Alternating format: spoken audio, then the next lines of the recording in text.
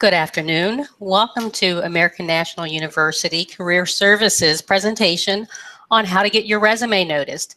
My name is Shawnee Cook and I am the Executive Director of Career Services at American National University and also for National College. The reason we decided to have this webinar is a lot of times we hear back from students and job seekers, what am I doing wrong? What is it going to take to get my resume noticed? What are employers looking for?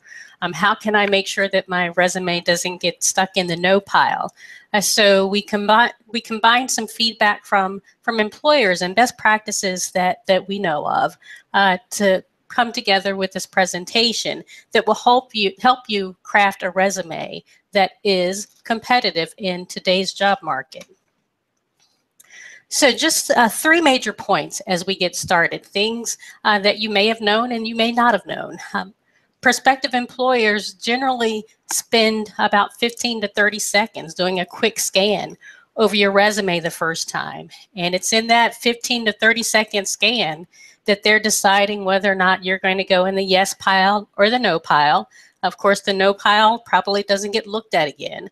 But if you can pass that 15 to 30 second scan, you're probably going to get another look at as far as what the employer is going to take their time to read over your resume. So you want to make sure that your resume is formatted correctly.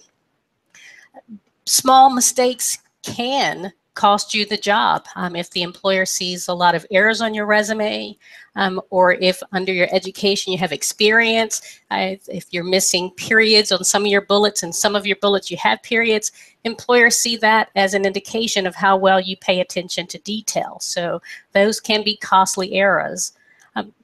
We want you to get out of this webinar the fact that if you do spend the extra time and effort on your resume and taking some of our advice, it can hopefully be the difference between you securing an opportunity and losing a career opportunity. So you want to make sure that you're putting that time into your resume, utilizing resources and getting feedback from other sources on the quality of your resume. So what exactly is a resume? A resume is your marketing tool. Of course, for most of us, when we send that resume out, that is the only indication of that employer has of what we have to offer. So you want to make sure that it highlights your knowledge, skills, abilities, and accomplishments that relate to the employer's needs. Your resume is also, like I said, that first impression that the employer has of you. So what message are you sending them with that resume? Your resume is a sales pitch. You are pretty much selling your skills, the contributions that you can make to the company. What is it that you want your resume to do for you? Well, of course, you want it to open that door to an interview. And ultimately, that's what you want that resume to do for you. So hopefully, if you take some of this advice, that's exactly what's going to happen. Just a little background on resume writing. There are typically 3 types of resumes: chronological, which has been the traditional format for many, many years, functional, and targeted. And of course, targeted is in bold because that's going to be the primary focus for today's webinar in getting your resume noticed. Chronological. Most people who have a basic resume, it probably looks something like what you see on the screen. Your work history is in reverse chronological order, starting with your most recent position. It's really easy to read.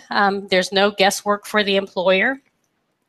Unfortunately, if you don't have a lot of related experience to your targeted position, this type of resume is probably not going to do a lot for you. It's not going to be effective unless you have specific relatable work experience to your target position. There was a transition in resume writing from chronological to functional because there was a need for individuals who did not have a lot of experience to somehow find a way to showcase those skills and that knowledge that was relative to the position. So this is a basic functional resume. Some of you may have a functional resume now or have had one in the past. A couple of the problems with functional resumes is that employers finally wised up to why people utilize functional resumes. And it's because most of the time there are gaps. So you're really trying to make sure that all of your skills and abilities are categorized without having specific dates of experience. And when employers are missing that on your resume, a lot of times it raises the red flag. What are you hiding if you're not willing to put your experience and your skills with that quantifiable work experience with dates? So what we advise all job seekers, all students to utilize now is the latest and greatest in resume writing, which is your targeted resume. And this type of resume, you're going to customize each one of your resumes that you send out to jobs. So you want to make sure that if you are applying for a medical office position, that your resume doesn't just have your CNA work experience on there. You're trying to make sure that you include relevant experience, relevant skills. This type of resume, when employers look at it for that 10-second or less glance, it's easy for them to indicate what areas and categories of skills, education, experience you're looking for. Everything sort of stands out to them. As I said, this type of resume is more time consuming, but I think if you put in the effort, especially if you are convinced yourself that you are a good match for that job, it's going to be a lot easier for you to indicate that on your targeted resume. So what are some of the differences between the targeted resume and the traditional, functional, and chronological resumes? What really makes the targeted resume stand out, of course, your whole resume relates to the position that you're applying for, but there are some key areas on the targeted resume that you're probably not going to see on the more traditional resumes. And these are the areas that employers are looking for now. These are the areas where you can really customize your skills and your abilities to match what that employer is looking for. So to get your resume noticed, you want to make sure you start out with a targeted summary or profile statement or an overview. If your current resume has objective or career objective on it, you want to change that. When you have an objective, you're really telling the employer what your needs are. So you want to flip the switch and tell the employer what you have that they need. You also want to make sure that you list any related professional or technical skills on your resume. And these can be skills gained from experience, but for individuals who are current students, recent graduates, and you may not have related experience, this allows you to sort of highlight some of the skills and knowledge that you've gained from your academic program. Speaking of your academic program, of course, you want to make sure that your education background is on that resume. There's some additional information that you're going to want to make sure is highlighted on that resume relative to your program. And we're going to talk about that a couple of slides from now. And then, of course, with your work experience, your traditional resume, chronological, a lot of times you're functional. Your work experience is more about telling the employer what you did. So now with this targeted resume, of course, we want to give the employer an idea of what we actually did on our previous jobs, but we also want to give them an indication of how well we did it. So we want to make sure that we have career highlights listed on our resume. So starting with that targeted summary, for some who've never done a targeted summary, this is probably going to be something that is a little challenging, and you've got right track. So with your summary statement, you want to describe who you are and what your top skills and knowledge can do for the employer in that particular position. As I indicated before, if you lack related experience, you can use this section to highlight some of your overall skills and knowledge that you gained from your academic program. In this targeted statement area, this is also your opportunity to give back to that employer what you heard, what you understood from the company's job description.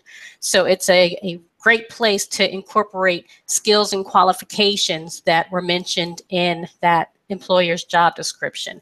I know one of the things that I do and that I encourage job seekers to do, you take that job out, the job description from the company, and first highlight what that employer is looking for. What are the skills that they're looking for? Is there any particular knowledge, any programs, computer programs that they want you to know? And I highlight all of that.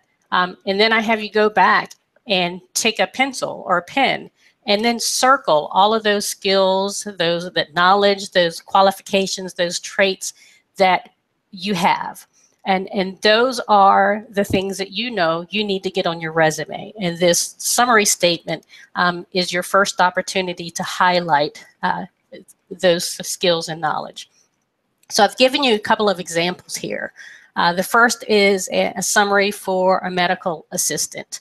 And you can see, you can read for yourself, recent medical assisting program graduate with 5 years of healthcare experience, providing direct care and clerical support. Anytime you can give a time frame to your experience, it's good. It adds a quantifier to that. So 5 years experience, even if your experience, once you get down to the work section of your resume, you know, it may be spread over 3 or 4 different employers. But if you quantify it up here in a skills area, then it stands out as solid work experience.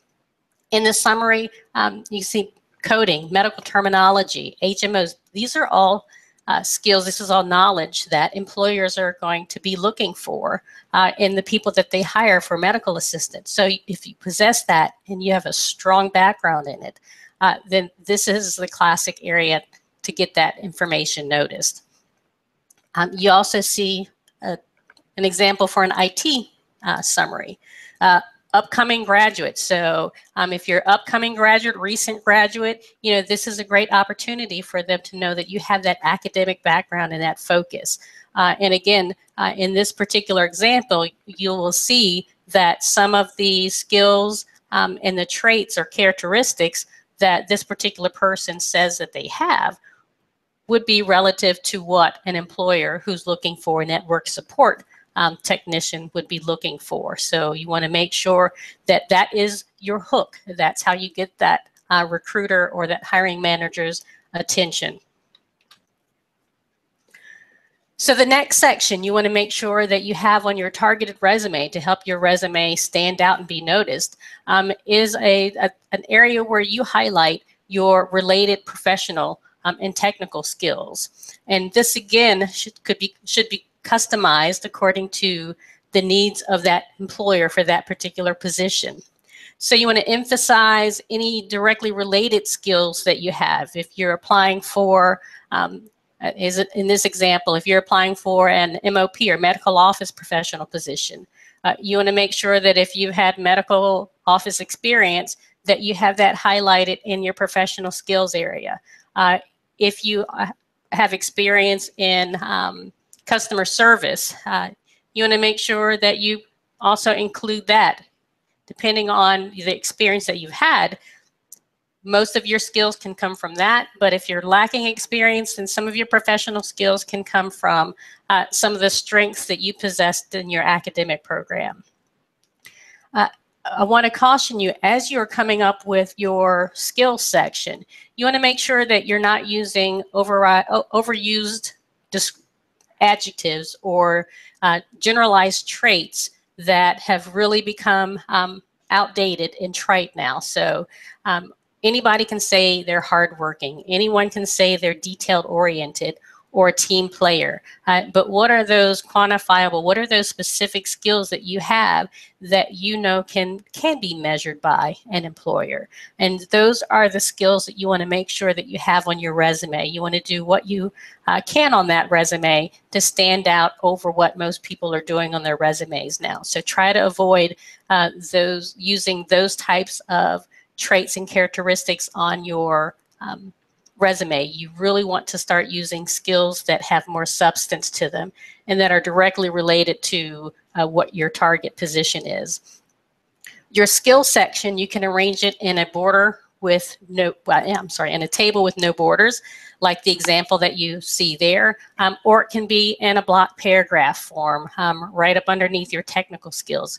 It's really up to you how you showcase it, but when it's in a table like this, the eye gravitates to it. So it's one of those things that stands out when an employer is doing their quick scan of resumes.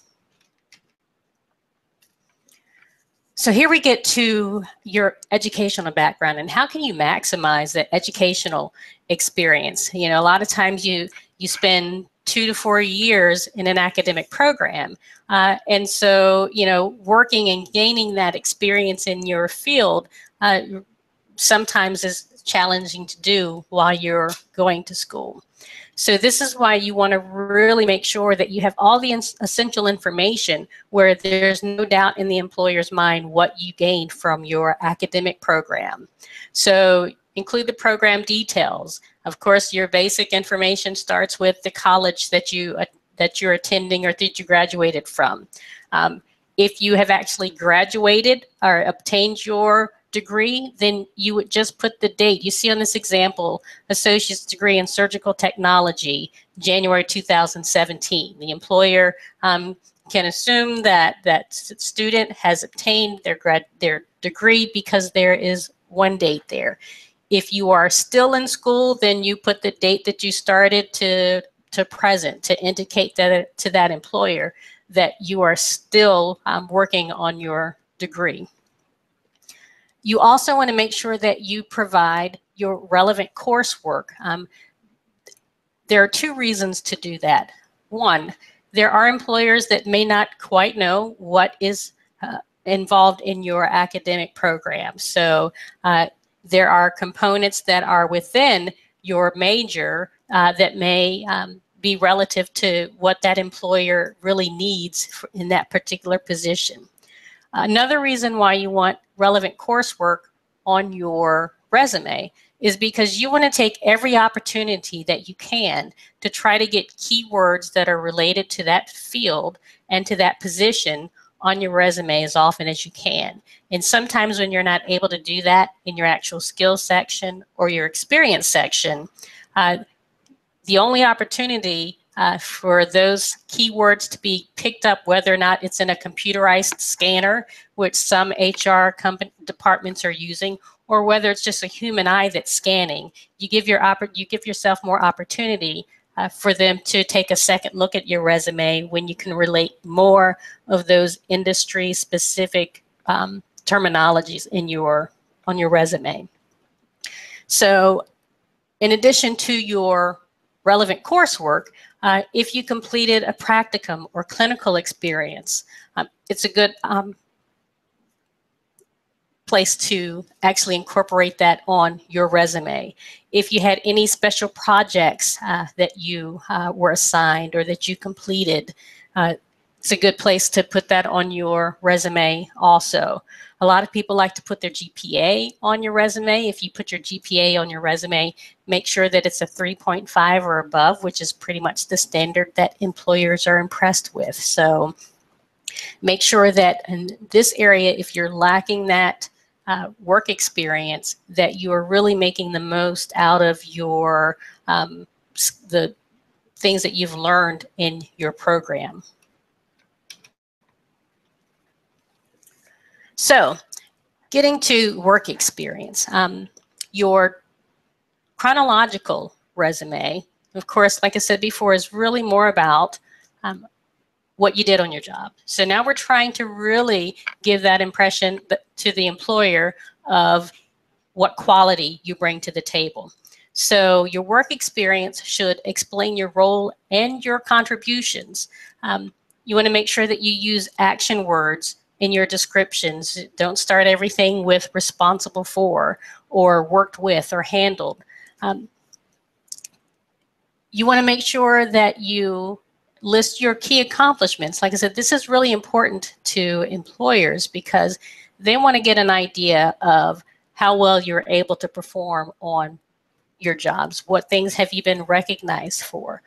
What's some of the feedback that you've received from your supervisors? So that's great information that you can put on your resume to let that employer know how well you are at what you do. For your work experience, you also want to make sure that you watch your verb tense.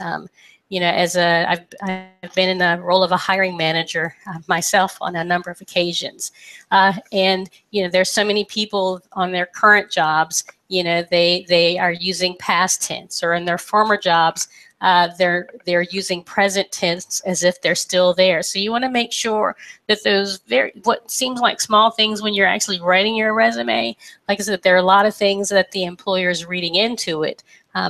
I said before, you know, they're looking, do you really pay attention to your detail? I've seen some resumes where in the skills section or the summary, you know, the job seeker says that they pay attention to detail, but then their resume is riddled with grammatical errors. So you want to make sure that you're not that person in that particular boat.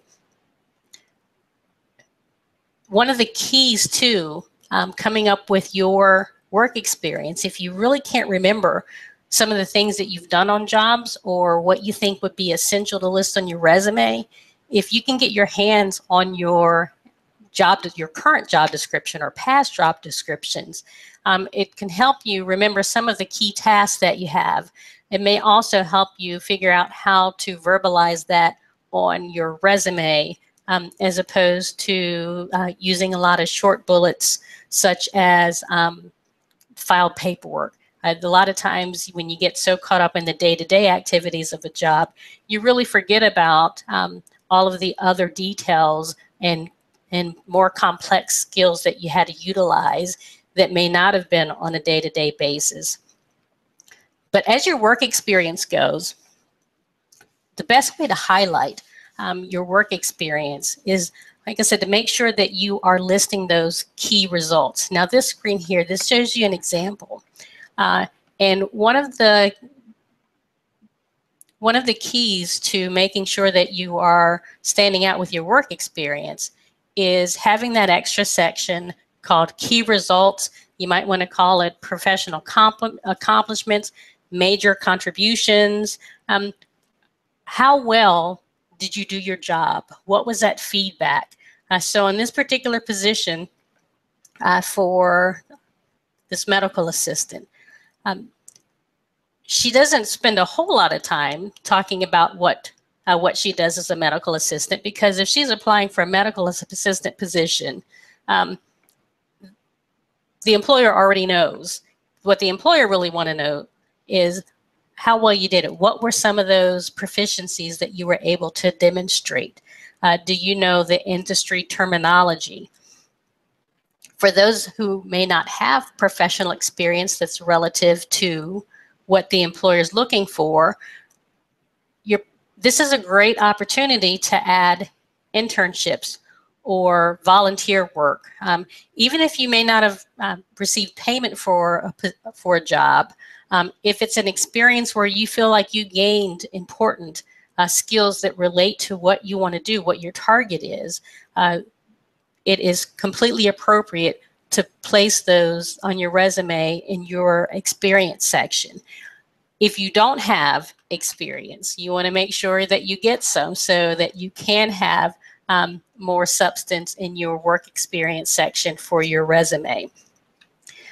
You'll see a lot of employers who, you know, when they interview you, some of the questions in the interview really speak to what were your contributions, what were some of the things that you were able to add to your employer, how did the employer measure your worth? So to get your foot in the door for that interview, it's a great practice to make sure you're also listing that on your resume so you can edge out the competition.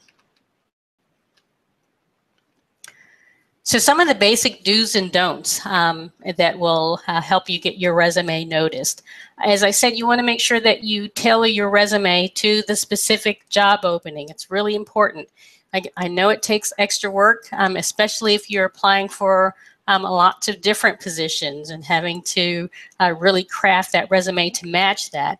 But once you graduate from your program, once you have a specific target in mind, it's only minor changes that you have to make, because for most people, if you graduated from network support program, then you are looking for something in the computer technology field. So some of the primary components of your resume aren't going to change. It's just the detailed information to make sure that you have those keywords that are in that company's job description. As I said before, you want to watch your verb tense, make sure you're using action verbs.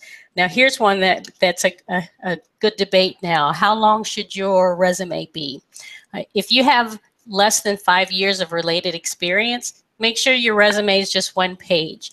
Something that will make sure that your resume doesn't end up in the no pile is making sure that it's not too long. If you only have a relative amount of experience, you want to make sure that you are not placing it upon the employer to spend a lot of time reading your resume as they would a book. So that a lot of times they tend to not want to do that.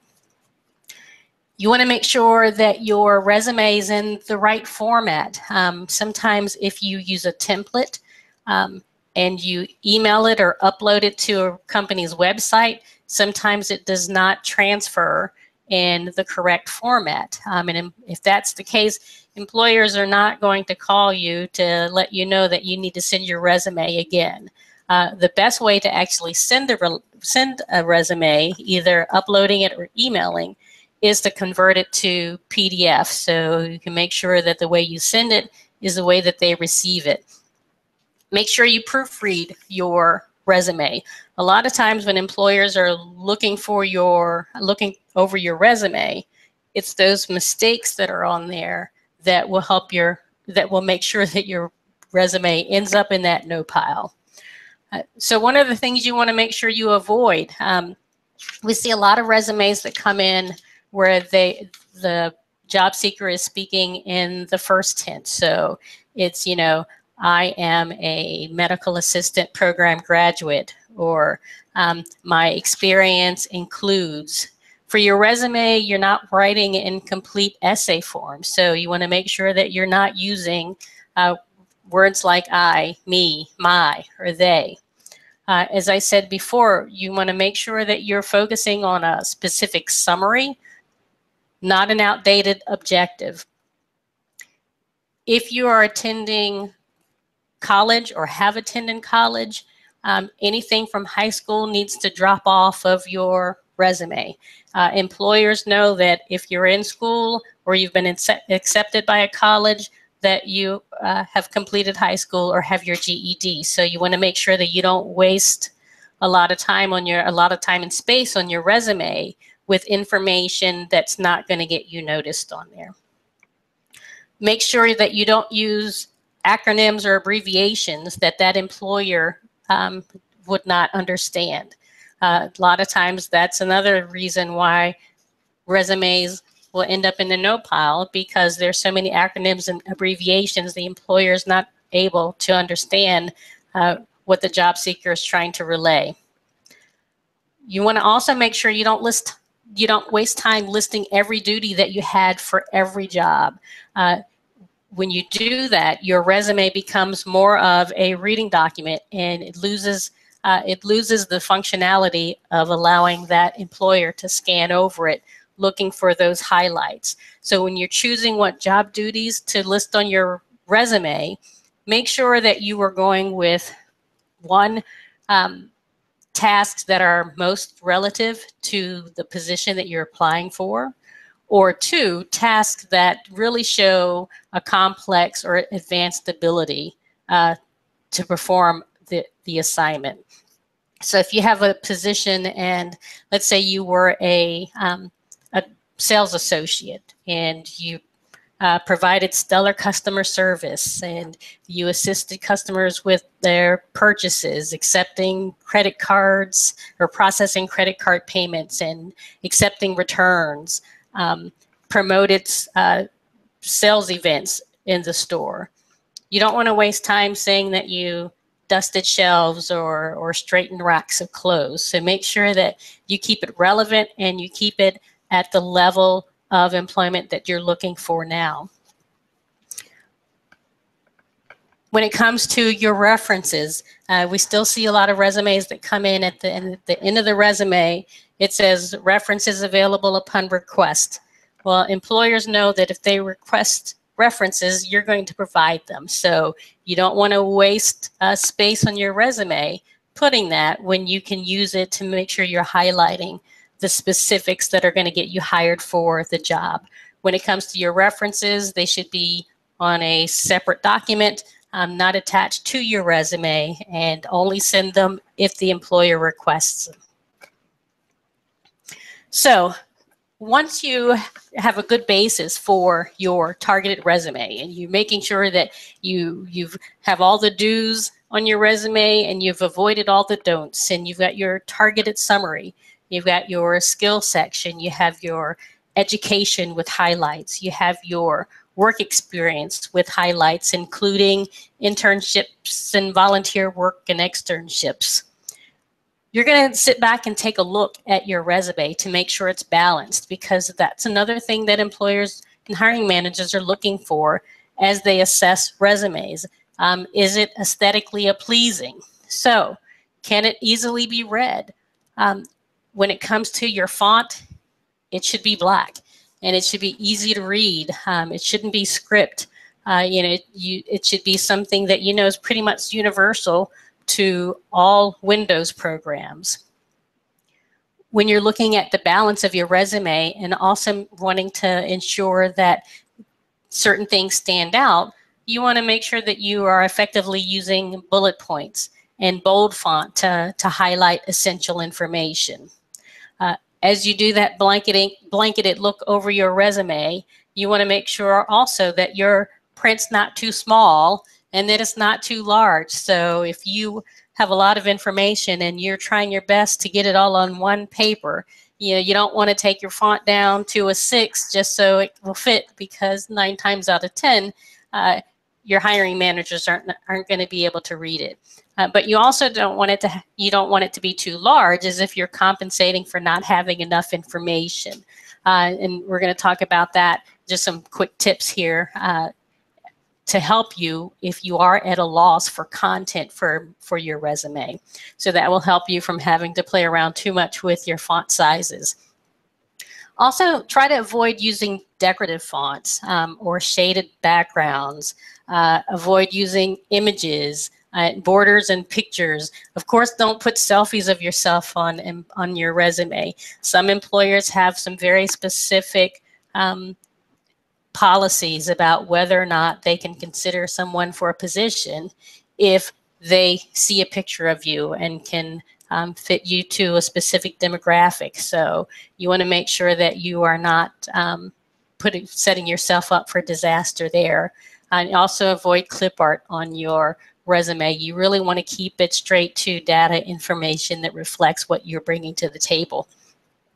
Avoid leaving large blocks of white space on your resume. If you do, you may want to center some of your headings as opposed to maybe having everything left justified.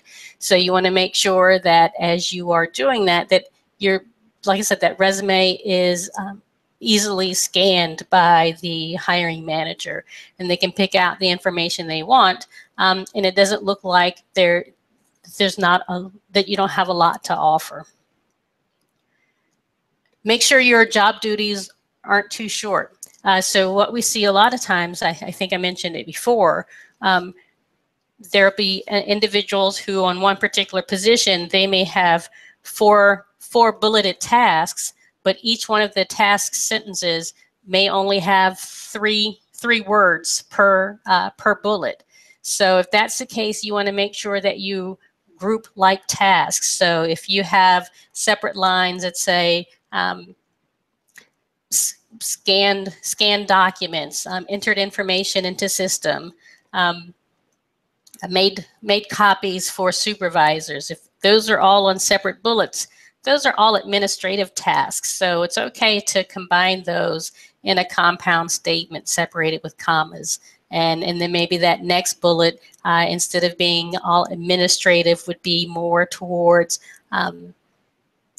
research that you may had to do in that particular position, or maybe more related to your interactions with customers and how you assisted customers.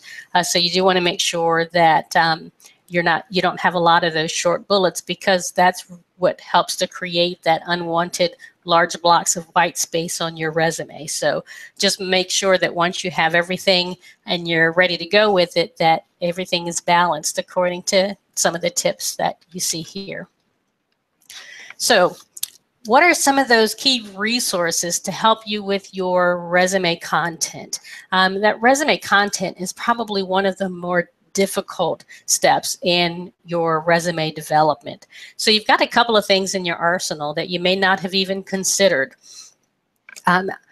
I advise all job seekers to make sure that you have a folder of all previous company job descriptions for positions that you've had, and of course including your current company job description.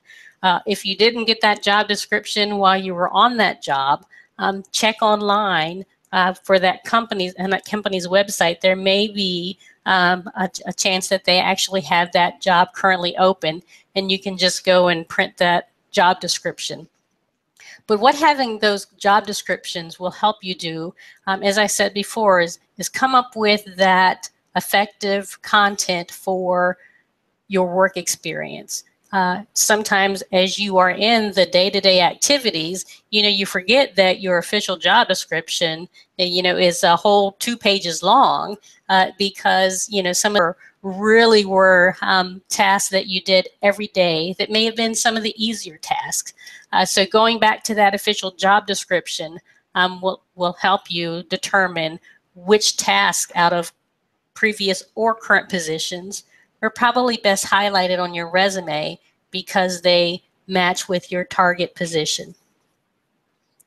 Another resource for you, of course, are the postings for positions that you are applying to for detailed description, duties, and qualifications. If the position that you're applying for doesn't really go into a lot of detail, then Google and see if you can find another company that has a similar position and see what they say about some of the general tasks and skills that they're expecting that person to have. Past performance evaluations are great when it comes to determining what your key contributions are. Yeah, I know for me, sometimes I go through past performance evaluations and I'm like, wow, I forgot I used to be really good at that. Or I forgot, that was a skill that I had. So, just because it's something that you may not be currently using on your position now, doesn't mean it's not great information to establish on your resume to give that employer an idea of what your performance was on previous positions. So if you have those performance evaluations, dust them off and start using those to help you with some of your strengths on your resume, or like I said, some of your key contributions for those particular positions that you've had. Another excellent source would be the company's website. Sometimes if there's not a lot of information out there about the job itself, going to that company's website and researching their background, learning more about the product or the service, who are some of the people that they employ, what does their leadership team look like? Can you get a sense for the company's culture? And that can also help you make sure that you're using, some terminology in your resume that relates back to what's important for that company. There are so many online resources out there that can help you with content. The Bureau of Labor Statistics, which is the first website, www.bls.gov.ooh. It has an occupational outlook handbook, and just about every position that you can think of is on this website. And each one of these position descriptions will tell you the overview of that position. What are the skills that are needed for the position? What are the common tasks in each of them? It also goes a step further and tells you what the going salary is for those positions, entry level, mid-range, and for an experienced person. That's really beneficial if you have an employer that's asking you to submit your resume and salary requirements. So you want to make sure that what you're requesting is in line with what employers are paying for that particular work. Another website that's useful is careeronestop.org. It has some of the same information as the BLS website, career descriptions, gives you skills that are associated with positions.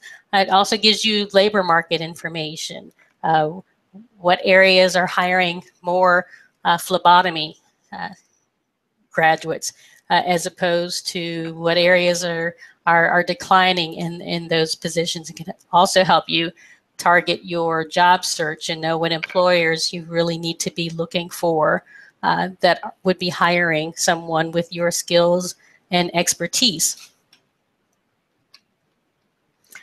So as we wrap up, some of the things to remember with getting that resume noticed and standing out is make sure you keep it relevant. Keep it relevant to the position that you are applying for, to the industry that you are trying to break ground with. You want to make sure that you connect the dots for the employer. Don't leave it up to them to read through your whole resume and then figure out where you are a good fit. You really want to lead that conversation in your resume. Make sure that your resume is up to date. That if you've left a position that you don't have it listed as present on your resume. If you've graduated from your program, then you need to go back and make sure you've changed the end date for your degree attainment. So as you are obtaining new skills, you want to make sure that you add that to your resume. If you decide that, yes, I don't have any skills, I don't have experience, and I'm going to go to my local hospital and sign up for the volunteer program, as soon as you start, add that to your resume. You also, again, want to make sure that you're focusing on your outcomes and your results, not just your tasks. And this is specific to that experience that you're going to put on there. It's not just about what you did. It's also about how well you did it. Proofread. I can't say that enough. Proofread. That's why it's on there so many times. And then once you proofread, give it to someone else to proofread, because you can bet even after you've given it the check and you think everything's great, there's probably something that another pair of eyes is going to see that you missed. So like I said, you don't want to miss an opportunity because you have needless errors on that resume. Also, a little shout out for career services. Utilize your college career services, and local workforce agencies offer some similar services. But your career services has great resources. We try to keep up on the best practices on resume development, interviewing, career coaching, what employers are looking for, who's hiring. So make sure that you are contacting us if you are an ANU or National College grad or current student. And if you graduated from another college, I urge you to reach out to that College Career Services Center. You'd be surprised at the resources available to alumni. Now, this part of the conversation is definitely for ANU and National College current students, graduates, past alumni. One of the services that we offer here is through our Career Connect, which is your career services portal. It's free to all students, all graduates, all alumni. Many of you probably already have accounts. We try to make sure that we're uploading new accounts for new students. And some alumni, if it's been a while since you've been here, you can easily register for an account. But one of the perks too, being a current student or an alumni of ANU or National College, is that we will take a look at your resume and help you fine tune it and turn it into that targeted resume. And so the first step you want to do in getting that resume to us is log into your career services portal, which is Career Connect. You can access Career Connect through our website. If you are a current student or graduate, if you can still access your student portal, you can access Career Connect through your student portal. It's URL based, so we've got that address. If you are unable to how to access your student portal, send us an email. It'll be up on the last slide, and we'll get you signed up for Career Connect. But once you are able to get into your Career Connect account, you can upload your resume in whatever state it is now, and one of our career placement specialists, as I said, will review it and will help you determine what you need to add, what you need to take off, what you need to tweak on that resume. Sometimes it's changing the whole format. Some people, it's only a couple of fine-tuning details. But whatever it is, we help work with you until you get that resume to something that's really going to help open doors for you. It's an easy process to get that uploaded once you're in Career Connect. And if you have questions, like I said, the email will be up. Once you get into the portal, there are little tutorials within that will help you get that resume uploaded so that we can get it back to you and hopefully get a little closer to what your target resume should be. Please reach out to Career Services. Like I said, if you are a current ANU student or a graduate, please get in touch with us. You can contact us via email at careerservices@an.edu. I'm sorry, that's careerservices@an.edu. You can give us a call, 540-769-8230. If you can access the Career Connect login screen, there is an online chat button, so you can chat online with us instantly. If you want a virtual face-to-face, we can also send you a link so we can video conference with each other. Our hours are Monday through Thursday, 8 a.m. to 7 p.m. That's Eastern Daylight Time for now. I know it says Eastern Standard. I think we're calling it EDT now for Daylight Savings. And we are available Fridays from 8 a.m. to 5 p.m. Again, Eastern Time. So please reach out to us. Give us a call, send us an email, chat with us. We want to make sure that you're putting your best foot forward out there and that you are opening doors and starting your new career or advancing in your current career. If you have questions, send me an email, Career Services. Again, my name is Shawnee Cook, the Executive Director here. This particular webinar is recorded, and it will be available online or through your ANU Career Connect account. If you need it before you see it out there, send me an email and let me know.